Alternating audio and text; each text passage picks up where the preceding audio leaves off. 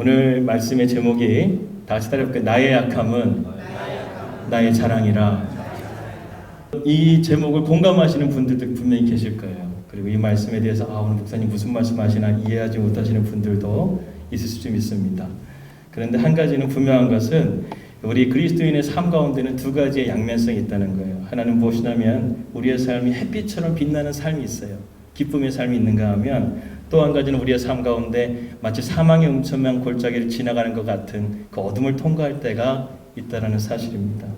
그런데 우리 인생은 이러한 것들을 한쪽으로 치우치지 않게끔 되는 것이 또한 하나님의 섭리라는 거예요. 우리가 고난이 있는가 하면 그 고난의 끝이 있고 또 기쁨이 있는가 하면 또 기쁨 가운데 고난이 찾아올 때가 있다는 사실입니다.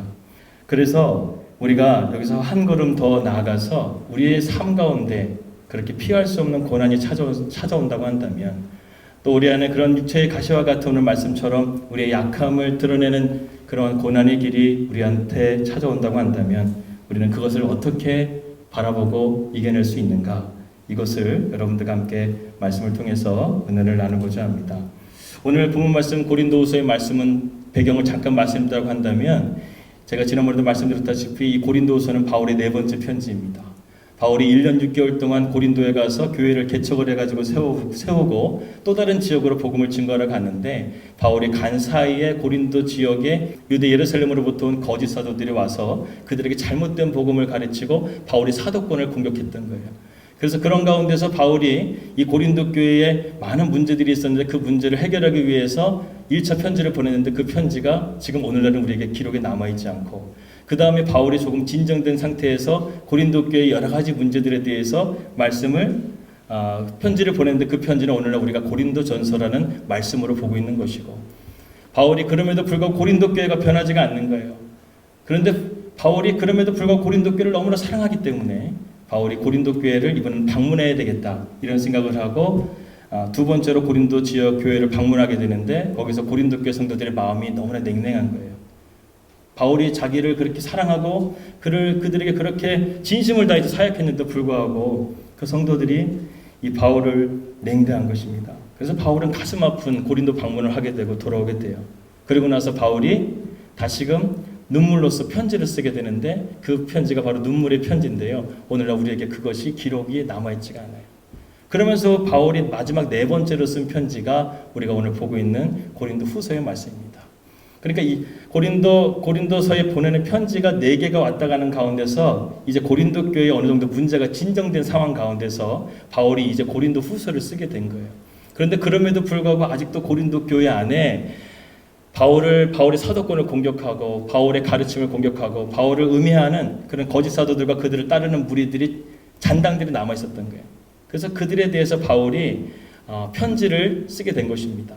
그래서 오늘 우리가 함께 살펴보게 되는 고린도 후서의 말씀을 1장부터 13장까지를 구분해서 보게 되면 1장부터 8장까지는 고린도 교회 성도들이 지금 회복되어지고 너희가 믿음 안에서 잘 되어져 있다는 것을 보여주는 반면 이제 9장부터 13장까지는 바울이 이제 영적인 마지노선에 도달한 거예요. 이제 나는 너희를 도저히 두고 볼 수 없다. 그러면서 바울이 그들이 공격했던 것들에 대해서 조목조목 다 하나씩 변론하면서 내가 이제는 가게 되면 너희들을 교회 안에서 징계할 거다. 그러니까 내가 마지막 최후 통첩을 줄 테니까 너희들이 정신을 차리고 바르게 돌아와라. 이렇게 고린도 후서의 말씀이 진행이 되고 있는 것입니다. 그런 가운데서 바울이 오늘 우리에게 보여주고 있는 이 고린도 후서 12장의 말씀은요. 이제 바울의 그 연약함을 공격했던 유대 거짓 사도들의 그 공격에 대해서 바울이 오늘은 우리에게 자기가 받았던 하나님의 특별한 은혜가 무엇인지를 우리에게 말씀해 주고 있다는 것입니다. 여러분들 지금 고린도 전서와 고린도 후서에 대한 말씀의 백그라운드를 여러분들은 지금 한 6분 안에 다 들으신 것입니다. 할렐루야. 이것을 외우는 것도 참 쉽지 않은데 하여튼 고린도 전서 후서의 배경이 이렇다는 것을 이해하게 되면 오늘 이 바울이 말하는 이 배경도 잘 알게 됩니다. 갑자기 왜 바울이 자기의 자랑을 얘기하는 것일까? 우리가 잘 알다시피 바울은 자신이 예수 그리스도를 아는 지식 외에는 아무것도 내가 알기를 모든 것을 배설물로 여기겠다고 말했던 바울인데 왜 갑자기 자기의 약함, 자기의 자랑을 드러내고 있는 것일까? 우리는 그런 것을 보게 되면서 말씀을 한번 접근해 보는 필요가 있습니다. 사실은 바울은 이러한 자랑을 하는 것 자체가 오늘 1절의 말씀 한번 띄워줘 볼까요? 오늘 1절 말씀 보게 되면 무익 하나만 내가 부득불 자랑하노니 주의 환상과 계시를 말하라. 여기 부득불이라는 단어가 있어요. 정말 하고 싶지 않은데, 나는 정말 이것이 어리석다고 생각하는데 내가 이것을 자랑하는 이유가 바로 이런 거짓 사도들이 자신의 어떤 하나님께서 주신 부여받은 그런 은사들이나 그런 것들이 아니라 자신의 어떤 능력이나 그런 것들을 너무나 과시하고 자시하면서 바울을 이렇게 저하 평가를 하기 때문에 내가 자랑 한번 해볼까? 내가 정말 하나님께서 어떤 은혜를 주셨는지 내가 한번 얘기해 볼까? 이렇게 지금 바울이 그들에게 아주 강하게 지금 말하고 있는 것입니다. 그런데 바울이 지금 자기가 자랑했던 것이 무엇이냐면 환상과 계시라는 거예요. 여러분, 환상이라는 것은 보여주는 것을 말하는 것입니다. 그리고 계시라는 것은 하나님께서 그 베일을 벗기다, 하나님의 깊은 진리를 우리가 깨닫는 것을 의미하는 것이에요. 그러니까 복음의 진리를 깨닫는 것을 우리가 계시라고 말하고, 하나님께서 마치 베드로가 하늘에서 막 유대인들이 먹지 못하는 그런 짐승들이 하늘에 떨어지는 그 환상을 보게 되는 것처럼 보여지는 것들, 그런 것들을 바울이 지금 봤다라는 것을 말하고 있는 것이죠. 자기가 자랑하는 거 있는데 환상과 계시를 보았다, 그것을 말씀하면서 지금 우리에게 말씀해주고 있습니다. 여러분, 우리가 환상이라는 것에 대해서 좀 조심할 필요가 있어요. 흔히도 우리가 기도할 때 환상을 봤다, 어떤 이상을 봤다, 이런 말들을 많이 하는 사람들이 주변에, 특별히 믿는 사람들 가운데 있는 사람들이 있어요. 근데 이런 환상이라는 것보다 더 중요한 것이 계시거든요. 하나님께서 자신의 진리를 드러내시기 위해서 말씀하신 것이 계시의 말씀인데, 어떤 사람들은 이 계시의 말씀을 좀 무시하고 내가 본 환상에 너무나 의지하는 사람들이 있어요. 이런 사람들을 보게 되면 신사도 운동을 하는 분들, 그런 사람들은 철저하게 자기의 어떤 느낌이나 환상이나 그런 것들, 말씀에 전혀 연관성이 없이 자기가 느낀 느낌대로 그것을 하나님의 계시인 것처럼 말하는 사람들이 있다는 거예요. 그러니까 바울이 이런 환상과 계시를 조심했던 것 중에 이도 하나고, 그 당시에 영주주의라든가 그런 이런 환상들에 대해서 상당히 유행했던 그런 풍토가 있었기 때문에 그런 것들을 배제하기 위해서 바울은 이런 환상이라든가 계시라든 것들을 조심스럽게 대했다는 것입니다. 사랑하는 여러분, 우리가 정말로 하나님께서 주시는 계시의 말씀, 이 계시의 말씀 위에 왜 말씀에 최고의 권위를 두어야 되지, 내가 느끼는 감정, 내가 느끼는 그런 환상이라든가 그런 것들에 대해서, 그런 것들을 의지하는 것들은 여러분들이 항상 조심하고 주의할 필요가 있다는 것이죠. 항상 최종적인 권위는 주님의 말씀 안에 있다, 이것을 여러분들은 믿으시기를 주님의 이름으로 기도합니다. 여러분, 그 다음 가운데 2절의 말씀을 함께 보도록 하겠습니다. 바울이 지금 본 환상과 그 계시가 무엇일까? 내가 그리스도 안에 있는 한 사람을 아노니 그는 14년 전에 셋째 하늘에 이끌려져 간 사람이라. 바울이 지금 환상에 대해서 자기가 본 것에 대해서 말을 하고 있는데, 이 14년 전이라는 것은 바울이 이제 다메섹 도상에서 하나님의 복음을 듣고 예수님을 만나게 돼서 그가 이제 길리기아 다소에서 집거하면서 하나님과 대면하는 그런 시간이 있었어요. 그러니까 아무래도 14년 전이라는 것은 바울이 이제 예수님을 만나고 그가 부활의 복음, 생명의 복음의 진리를 깨닫는 그 시간이 있었는데, 그 시간 동안에 주님께서 여러 가지 환상과 계시를 보여주신 것 같아요. 그래서 바울이 14년 전에 내가 셋째 하늘에 올라갔다, 이렇게 말씀하고 있습니다. 여러분, 여기서 셋째 하늘이라는 것은 여러 가지 해석이 있어요. 신구약 중간 시대, 그러니까 신약이 시작되기 이전에 기독교 그 구약 유대인들 문학 중에는요, 이 하늘이 7개의 하늘이 있다라는 그런 설이 있었다고 합니다. 그래서 세 번째 하늘에 의인만이 들어갈 수 있는 하늘이 있다고 해가지고 그 하늘을 셋째 하늘이다, 이렇게 해석하는 학자들도 있어요. 그런데 대부분의 정통적인 학자들은 이 의견에 동의하지 않습니다. 대부분의 학자들은요, 히브리의 세계관에 말하는 하늘을 말하는 거예요. 히브리들에게는 하늘이 세 종류가 있어요. 첫 번째는 우리가 바라보고 있는 이 공중에 있는 파란 하늘을 말하는 거예요. 그리고 두 번째 하늘은 우주 공간, 그 다음에 세 번째 하늘은 바로 주님이 계시는 곳, 하나님이 계시는 곳, 그 천국을 이 셋째 하늘이라고 그들은 바라봤다는 것이죠. 그리고 바울이 그 다음 절의 말씀을 한번 보도록 하겠습니다. 다음 절의 말씀. 그가 낙원으로 이끌려가서 말로 표현할 수 없는 말을 들었으니, 여기서 낙원이라는 단어가 나오는데 이 성경에 총 3번에 나오는 낙원이라는 단어예요. 요한계시를 보게 되면 4장 10절의 말씀 보게 되면 이 에베소 지역을 향해서 주님께서 이제 말씀하실 때 낙원에 대한 언급을 하셨고, 또 오늘 바울이 여기서 낙원에 말씀하시고, 또 예수님께서 오른편에 있는 강도에게 내가 오늘 낙원에 있게 할 것이다, 이 낙원이라는 것을 언급하고 있죠. 그런데 그 강도에게 주님께서 말씀하셨던 것이 뭐냐면 내가 오늘 낙원에 나와 함께 있을 것이다. 그러니까 주님이 계신 곳이 어디겠어요? 천국이잖아요. 그러니까 바울이 셋째 하늘이라 어디라면 천국에 지금 갔다 왔다는 것을 말하고 있는 것입니다. 그래서 이 바울이 지금 이러한 하나님의 낙원을 갔다 왔다는 것을 부득불 자랑하는 이유는 무엇이냐면 이 믿지 않는 이 거짓 사도들이 계속해서 자기의 어떤 권위를 공격하고 자기에 대해서 음해하고 있기 때문에 이러한 자랑을 바울이 다시 한번 너희들한테 내가 경험한 것에 대해서 잠깐 얘기해요. 그런데 바울이 여기서 천국에 본 것에 대해서 좀 더 얘기하고 듣고 싶잖아요, 여러분. 예? 천국 갔다 온 임사체험하신 분들을 얘기 들으면 정말 간증이 막 지옥에 있고 천국에 가게 되면 막 주님이 막 하얀 뭐 그런 천국에 대한 그런 이미지가 있잖아요. 그런데 바울은요 여기서 끝나요. 천국에 대해서 바울은 나 갔다 왔어 이 정도까지만 얘기하고 끝나는 거예요. 구체하게 설명하지 않아요. 예? 우리가 어떤 사람들을 많이 보게 되면 말이 많은 사람이 있어요. 근데 그 사람은 진실되지 못할 때가 있어요. 근데 어떤 사람들은 말이 짧아요. 근데 그 사람의 말 한마디는 되게 진실돼요. 그 사람의 말은 곧 약속이에요. 그래서 그런 분들한테 약속을 어기면 큰일 납니다. 그러니까 바울은 자기가 천국의 낙원에 갔다 왔어 이 얘기면 끝난 거예요. 그러나 누가 나를 보는 바 같이 내가 듣는 바 지나치게 생각할까 봐 두려워 그만두느라. 내가 천국 갔다 왔는데 저 사람이 천국 갔다 왔어 그러면서 와 대단하면서 하는데 그 말을 또 사람들이 전하다 보면서 바울을 마치 신격화하는 것이죠. 이런 경우들이 우리가 얼마나 많습니까? 하나님께서 주신 목회자도 하나님의 주신 은혜고 하나님의 주신 것으로 목회를 하는 것인데 마치 그것이 자기의 것인 마냥 성도들이 막 이렇게 떠받쳐 주니까 목회자가 교만해져가지고 얼마나 잘못된 길을 걸어가는 사람들이 얼마나 많이 있습니까? 바울은 이것을 항상 경계했다는 거예요. 자기가 항상 교만하지 않기 위해서 이것을 경계했다는 거예요. 여러 계시를 받은 것이 지극히 크므로 바울이 이제 그것에 대한 이유를 말하는데 그 다음 것을 보겠습니다. 내가 함께 읽겠습니다. 시작. 너무 자만하지 않게 하시려고 내 육체의 가시 곧 사탄의 사자를 주셨으니 이는 나를 쪄서 너무 자만하지 않게 하려 하십니다. 이유는 단 하나예요. 내가 교만하지 않기 위해서. 하나님께서 어떤 장치를 하나 주셨는가? 가시를 주셨다는 거예요. 가시. 오늘 이 가시를 여러분들에게 말씀을 드리려고 합니다. 우리가 사람 인생을 살아가면서 고난이 없을 수가 없고 여러 가지 문제들이 없을 수가 없는데 때로는 하나님께서 우리에게 주시는 가시가 있다는 거예요. 그 가시를 우리가 어떻게 받아들이고 그것을 어떻게 우리가 믿음으로 이겨낼 수 있는가 신앙의 원리를 우리가 한번 살펴보려고 합니다.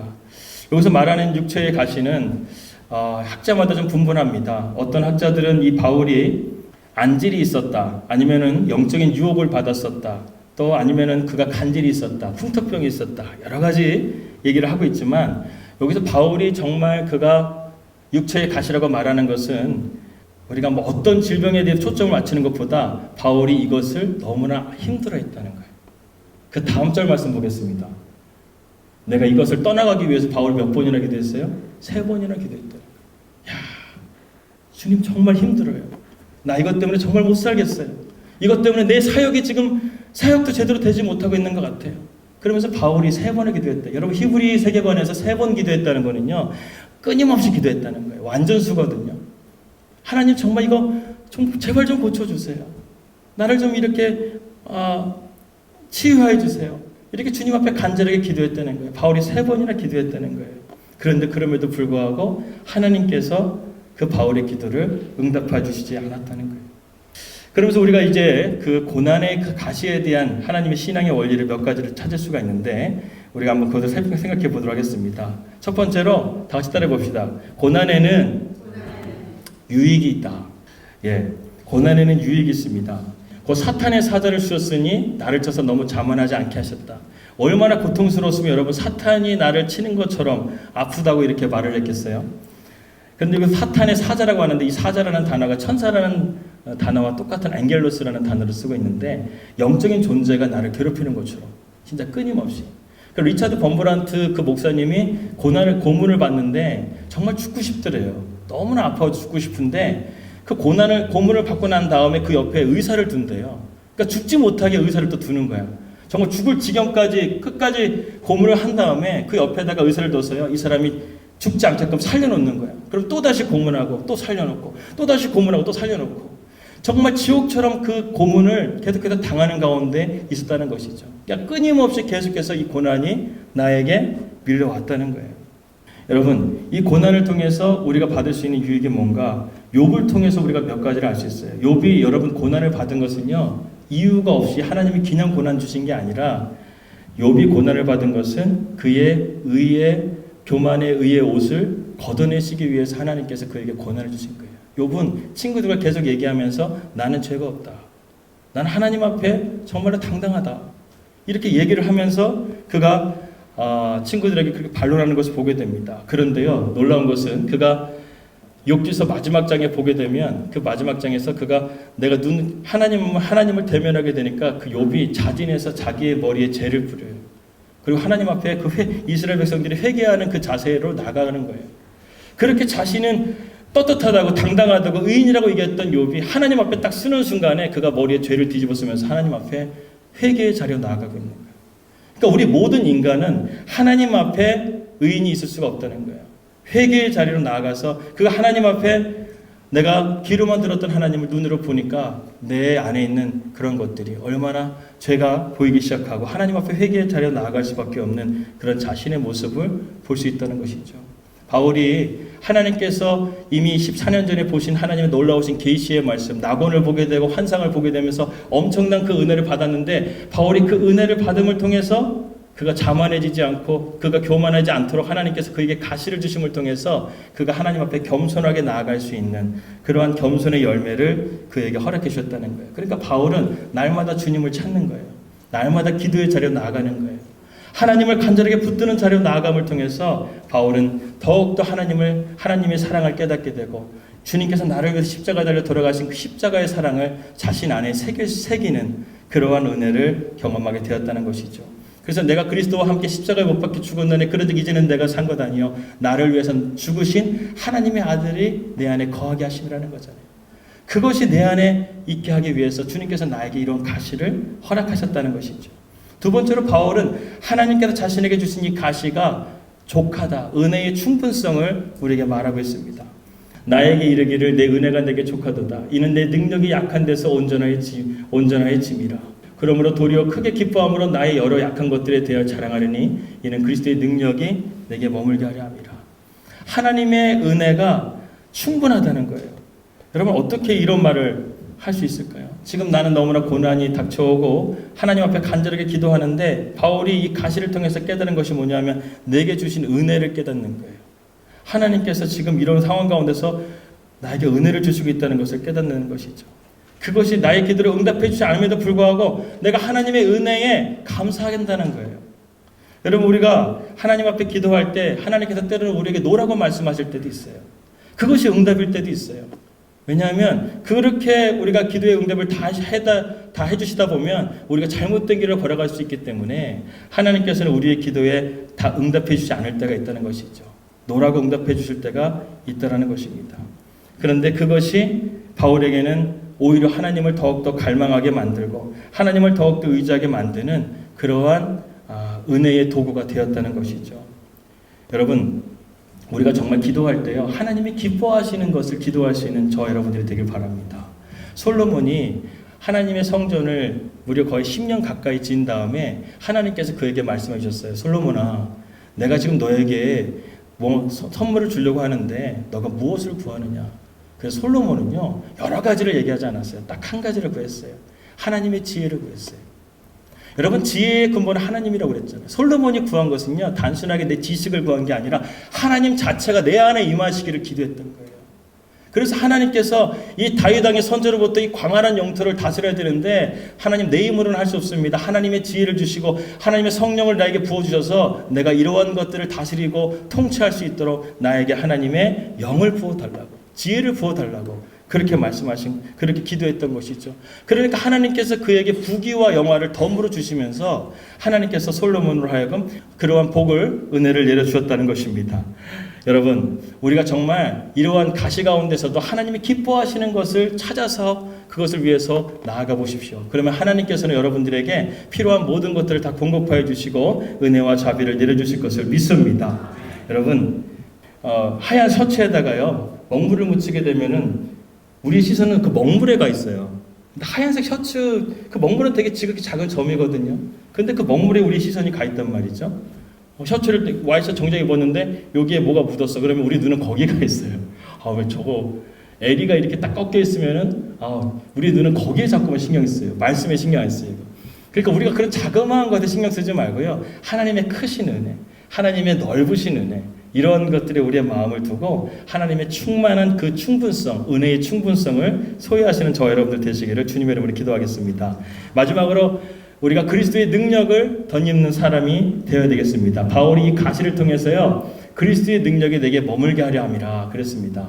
로마서 8장 35절부터 37절 말씀 보게 되면 누가 우리를 그리스도의 사랑에서 끊으려 환난이나 공고나 위험이나 적신이나 기근이나 칼이라 기록된 바 우리가 종의 주를 위하여 다 죽음을 당하게 되며 도살당한 양과 같이 여김을 받았다 한가 같으니라 이렇게 말씀하고 있어요.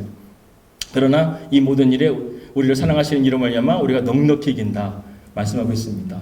여러분 우리가 이런 가시가 있다 할지라도요 그리스도의 능력이 우리에게 임할 수 있다고 한다면 하나님께서는 우리가 이것을 넉넉히 이길 수 있는 믿음을 주시는 줄 믿으시기 바라겠습니다. 바울이 이런 가시가 있음에도 불구하고 그의 사역이 멈췄나요? 아니에요. 사도행전의 28장의 마지막 말씀 보면 바울이 거침없이 하나님의 복음을 계속 증거했다는 말씀이 나와 있어요.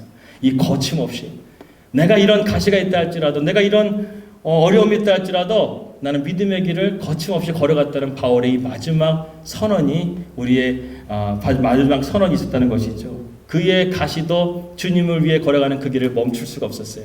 우리 광영교회 성도님들도 하나님께서 주신 이 빛과 소금의 이 사명의 길을 거침없이 믿음으로 걸어갈 수 있는 저 여러분들이 되시기를 주님의 이름으로 기도합니다. 여러분 이것은요 무엇이 필요하냐? 그리스도의 능력이 필요해요. 능력은 어떻게 오는가? 기도를 통해서 오는 거예요.